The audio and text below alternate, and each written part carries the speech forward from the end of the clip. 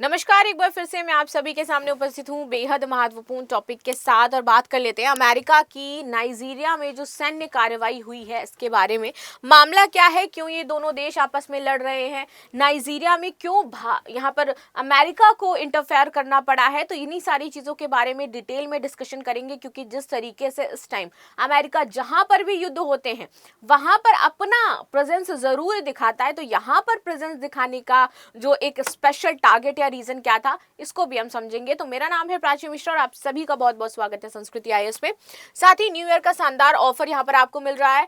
Offline classroom courses पर आपको 20% का डिस्काउंट दिया जा रहा है और वहीं ऑनलाइन क्लास के जो क्लासेस हैं लाइव, उनमें आपको 75% पहले ऑफ दिया जा रहा था, न्यू ईयर पर 10% एक्स्ट्रा ऑफ दिया जा रहा है, यानी कि 85% ऑफ यहाँ पर आपको मिल रहा है ऑनलाइन लाइव कोर्सेज पर। ऑफर जो है ऑफलाइन क्लासरूम के लिए ये दिल्ली और प्रयागराज दोनों में ही उपलब्ध है, तो आप 9555124124 पर कांटेक्ट करके पूछ सकते हैं।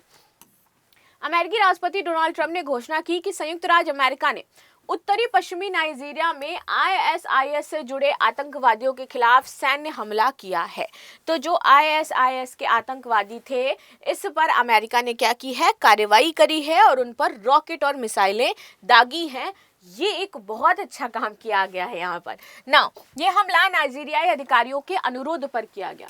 ट्रंप ने ट्रूथ सोशल पर लिखा कि उन्होंने कमांडर इन चीफ के रूप में इस ऑपरेशन का आदेश दिया। उनका दावा है कि ये हमला उन आतंकवादियों को निशाना बनाता है जो ईसाई समुदायों पर हमला कर रहे थे, और इसीलिए आपने देखा होगा कि इस बीच बड़ा ही मास जो गन शूट है वो किया गया है। ईसाइयों को मारने के आरोप यहाँ पर जो हमास और गाजा का था तो उसका बदला लिया गया था। अभी बूंदी बीच पे आपने देखा होगा कि वो गन से मारा गया था। तो इसीलिए यहाँ पर बताया गया कि अब हम आतंकवादियों पर जो कार्रवाई कर रहे हैं कि जो ईसाइयों के साथ बदसलूकी की जा रही है इसके कारण कर रहे हैं। ट्रंप ने इसे एक शक्तिशाली और घातक हमला बताया है और अनेक सटीक हमलों की प्रशंसा भी की है। उनके शब्दों में, अमेरिकी कट्टरपंथी इस्लामी आतंकवाद को पनपने नहीं देगा। अब फिर लोग कहेंगे कि इस्लाम क्यों ले आए, मुस्लिम लोगों को क्यों यहाँ पर कंसीडर किया गया। तो ये डोनाल्ड ट्रंप की बातें हैं, ये मैं नहीं कह रही हूँ भाई। उन्होंने स्टेटमेंट दिया कि जो कट्टरपंथी इस्लामिक अवधारणा है जो आतंकवाद को जन्म देती है वो कहीं पर भी निवास के लायक नहीं है। आगे आते हैं। इस हमले में अमेरिकी सैन्य नेतृत्व का संचालन किया गया और इसे युद्ध विभाग के माध्यम से अंजाम दिया गया।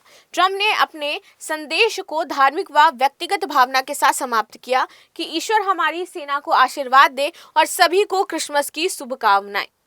ये एक पूरा जारी किया गया था press release ministry of foreign affairs Abuja के द्वारा, जिसमें सारी बातें लिखी गई थी। नाइजीरिया सरकार ने स्पष्ट किया है कि सशस्त्र समूह मुसलमानों और ईसाइयों दोनों को निशाना बनाते हैं। अमेरिका द्वारा ईसाइयों के उत्पीड़न का हवाला देना देश की जटिल सुरक्षा स्थिति और धार्मिक स्वतंत्रता की रक्षा के प्रयासों को नहीं दर्शाता है।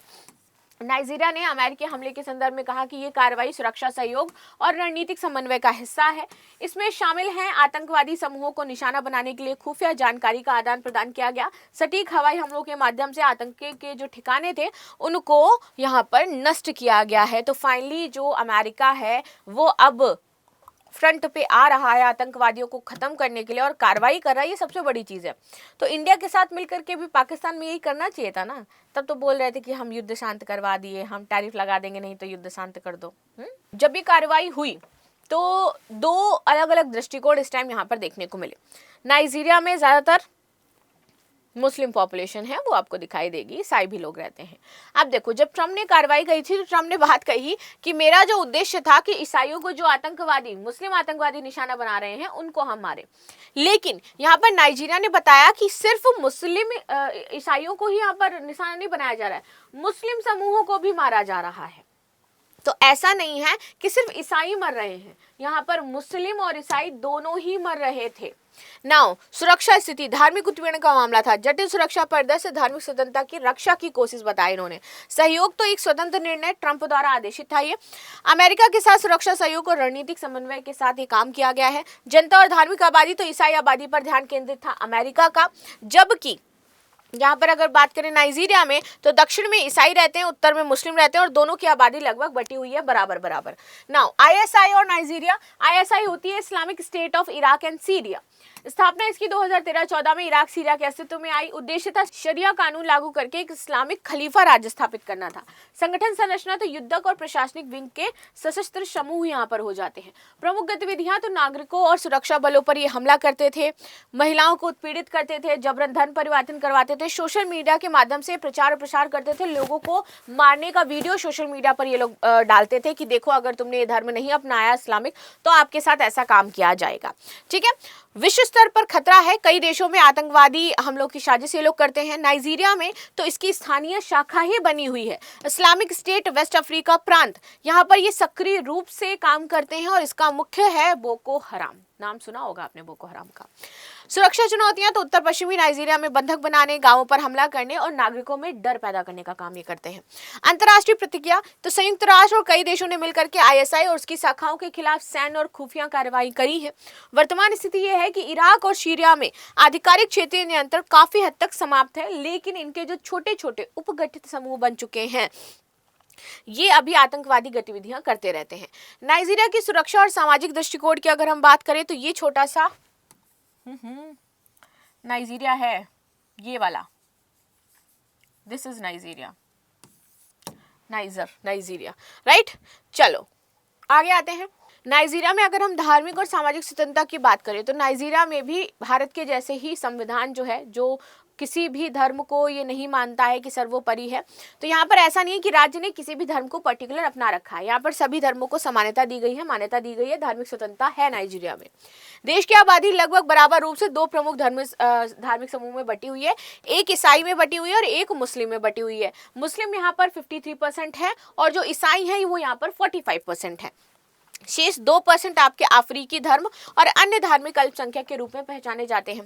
धार्मिक विभाजन अक्सर सामाजिक और राजनीतिक पहचान से जुड़ा है, जिससे कभी कभी क्षेत्रीय और जाति संघर्ष पैदा हो जाते हैं। सुरक्षा परिदृश्य की बात करें तो यहाँ पर बोको हराम इस्लामिक स्टेट जो नाइजीरिया है, ये पूर्वी क्षेत्रों में आतंकवाद का एक तरीके से गढ़ है और नागरिकों को ये बहुत ज्यादा परेशान करते हैं। जाति और धार्मिक संघर्ष तो कुछ क्षेत्रों में मुस्लिम और ईसाई समुदायों के बीच हिंसा होती रहती है, सशस्त्र डकैती और लूटपाट करते रहते हैं एक दूसरे में ही। ईसाई और मुस्लिम एक दूसरे में डकैती करते हैं, लूटपाट करते हैं, जिसमें से बोको हराम हमेशा सक्रिय रहता है। सीमा सुरक्षा और तस्करी, नाइजर और चाड जैसे पड़ोसी देशों की सीमाओं के पास आतंकवाद, मानव तस्करी और अवैध हथियार आसानी से यहाँ पर आ जाते हैं। सामाजिक और राजनीतिक प्रभाव तो धार्मिक और क्षेत्रीय विभाजन चुनावी रणनीति में महत्वपूर्ण भूमिका निभाता है।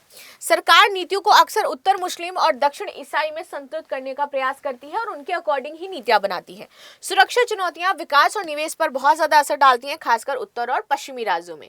नाइजीरिया के संक्षिप्त इतिहास की बात करें तो नो सभ्यता लगभग 1000 से 300 ईसा पूर्व विकसित हुई और लोहे के औजार और मृतभांड यहाँ पर मिले।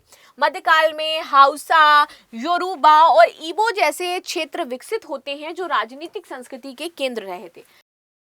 15वीं से 19वीं शताब्दी की बात करें तो यूरोपीय व्यापारी विशेषकर पुर्तगाल, ब्रिटेन, नाइजीरिया के तट पर पहुंचे। इस दौरान हजारों नाइजीरियाई लोग अटलांटिक गुलाम व्यापार के माध्यम से अमेरिका और कैरेबियाई देशों में ले जाए गए।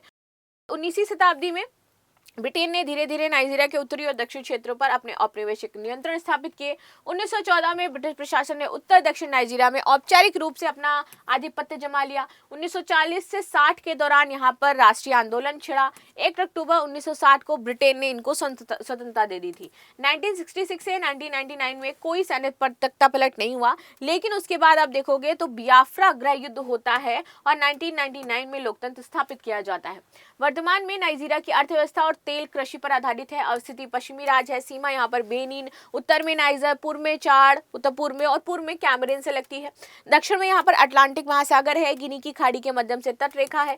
राजधानी इसकी अबूजा है। 250 से अधिक जातीय समूह यहाँ पर निवास करते हैं। यह अफ्रीका का सबसे बड़ा तेल उत्पादक देश हो जाता है।